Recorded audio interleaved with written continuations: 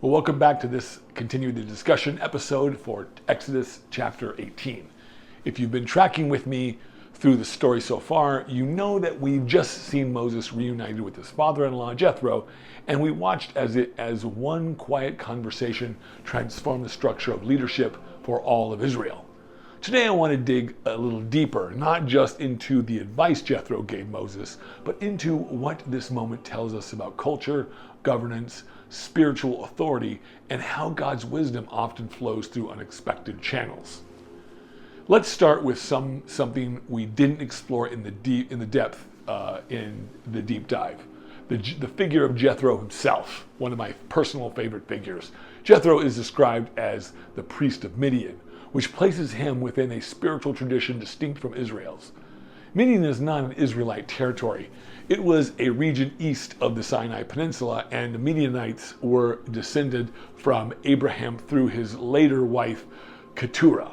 This makes Jethro distantly related to Moses through the Abrahamic lineage, but still a foreigner in terms of the covenantal theology.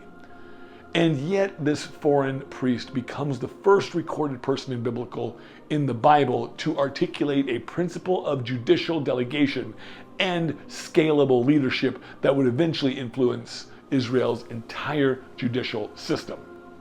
This brings us to a powerful truth. Wisdom is not monopolized by the covenant community. The Hebrew Bible is surprisingly open to recognizing insight from outside Israel's borders.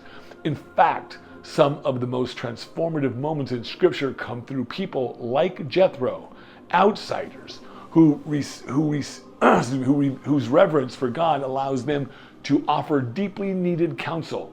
It reminds me of Melchizedek, the mysterious priest king who blessed Abraham and was recognized as a religious servant for the Most High God. These moments stretch our understanding of how God works through humanity. Sometimes the people who bring us the most clarity aren't from within our own circle. They're brought into our story for a season to redirect us gently but firmly. Now think about this. Anthropologically, Jethro's counsel was grounded in the Near Eastern wisdom tradition.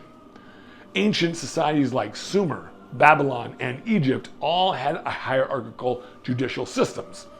The idea of delegating smaller disputes to local elders or judges wasn't new. But what was different here was the integration of spiritual qualifications into that model. Jethro doesn't just say, find some guys who can handle disputes. He says, find good, God-fearing, trustworthy men who hate dishonest gain. That's more than administrative delegation. That's spiritual filtering. He is effectively shaping what would later become the ethical foundation of Israel's leadership structure. What's also interesting is the use of number groupings in Jethro's system. Leaders over thousands, hundreds, 50s, and 10s. This is both logistical and symbolic. In the ancient world, numerical divisions were often carried meaning. The number 10 frequently symbolized wholeness or order in biblical numerology. So placing leaders over tens represents a microcosm of order, and working up to thousands shows the scalable nature of governance, a fractal design rooted in justice and accountability. Let's zoom in on Moses' response here. He listens. That may sound simple, but it's huge. In ancient patriarchal societies, a leader of Moses' stature, fresh off a miraculous deliverance from Egypt, could easily have ignored this advice. But Moses does something that reveals the core of biblical leadership. He listens to wise counsel, even when it comes from someone outside his immediate spiritual tradition. That kind of humility is rare, and it's something I really admire. Moses was chosen by God, empowered with signs and wonders, but he still made space for correction and improvement. That kind of heart posture is what makes a leader great. Now I want to look at this phrase Jethro uses. What you are doing is not good. In Hebrew, it's lo tov, literally not good. It's the same phrase used in Genesis 2 when God says, "It is not good for man to be alone." That's not just a coincidence. It's a theological echo.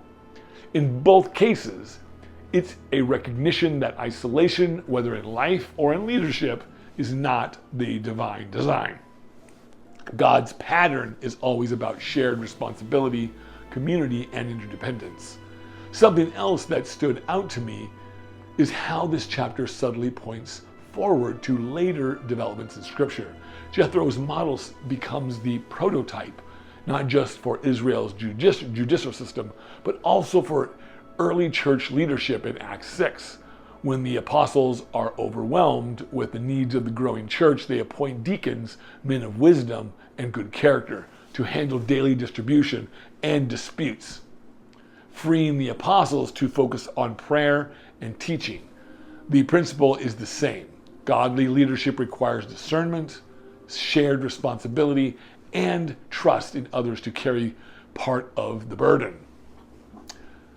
But maybe the most beautiful part of the story is the relational dynamic. Jethro doesn't come in with arrogance. He doesn't impose. He watches, listens, asks questions, and then gently speaks with truth. That's love. That's respect. That's the kind of spiritual mentorship we should all hope to give and receive. And Moses doesn't defend himself. He doesn't get insecure. He receives the wisdom with grace, and through that interaction, an entire nation benefits. Here's a culture insight that might bring this home. In the ancient world, elders were more than age-based figures. They were memory keepers, tradition bearers, and wisdom holders. What Jethro represents is not just a father-in-law, but a whole class of sacred leadership, the elder who offers guidance rooted in lived experience. Moses represents the new move of God, the prophetic, miraculous leadership, but even he must be grounded by the voice of elder wisdom. And that's a balance we need in our communities too. Young energy and vision tempered by ancient wisdom and spiritual depth. I'll close with this. Sometimes we romanticize leadership as this solo journey of charisma and vision. But in God's economy, leadership is always relational. It's always accountable. And it's always teachable. Even Moses, called, equipped, and empowered, needed a Jethro. So here's my question for you today. Who is your Jethro? Who are the voices God has placed in your life to guide you when the load is too heavy? And on the flip side, who are you being a Jethro for? Who needs your encouragement, your loving challenge, your seasoned perspective? I hope this deeper look at Exodus 18 has given you some food for thought, not just about Moses, but about how we live and lead today. God is still raising up wise counselors, and he's still inviting us to walk in humility, grace, and shared strength.